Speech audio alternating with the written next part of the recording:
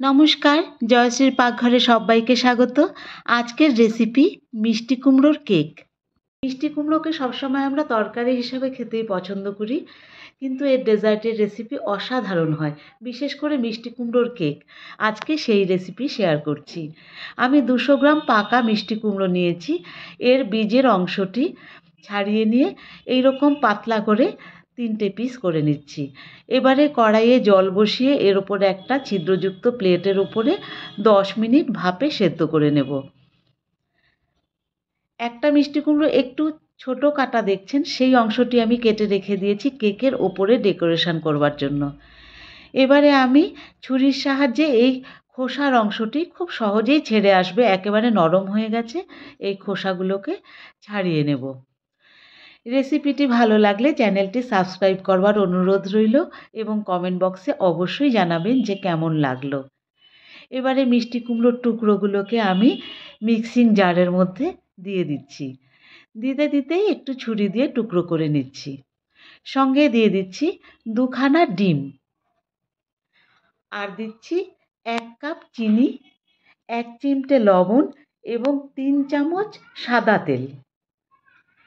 এগুলোকে ভালো করে ব্লেন্ড করে নেব।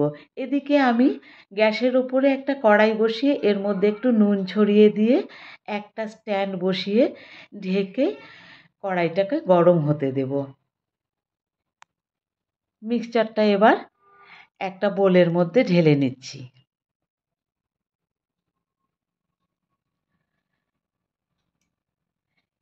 এর ওপরে একখানা ছাঁকনি বসিয়ে যেই কাপ মেপে চিনি দিয়েছিলাম সেই কাপ মেপেই 1 কাপ ময়দা, 1 চামচ বেকিং পাউডার, হাফ চামচ বেকিং সোডা এগুলোকে দিয়ে একটু ছাঁকনির মধ্যে ছেঁকে মিশিয়ে নিচ্ছি।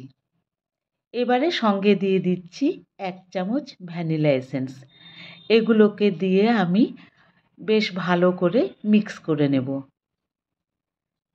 মিশ্রণটা আমার একটু ঠিক মনে হচ্ছে, সেজন্য আমি এর মধ্যে অল্প পরিমাণে 1/4 কাপ দুধ দিয়ে দিচ্ছি। আর এর মধ্যে চাইলে গুঁড়ো দুধও দিতে পারেন, সেক্ষেত্রে আর একটু লিকুইড দুধ দিতে হবে। আমি যে কনসিস্টেন্সিটা চাচ্ছিলাম সেটা ঠিক এই রকম। কেকের ব্যাটার সম্পূর্ণ রেডি হয়ে গেছে। এবারে একটা কেকের টিনের মধ্যে একটা বাটার পেপার বসিয়ে এর মধ্যে একটু অয়েল ব্রাশ করে দিয়েছি।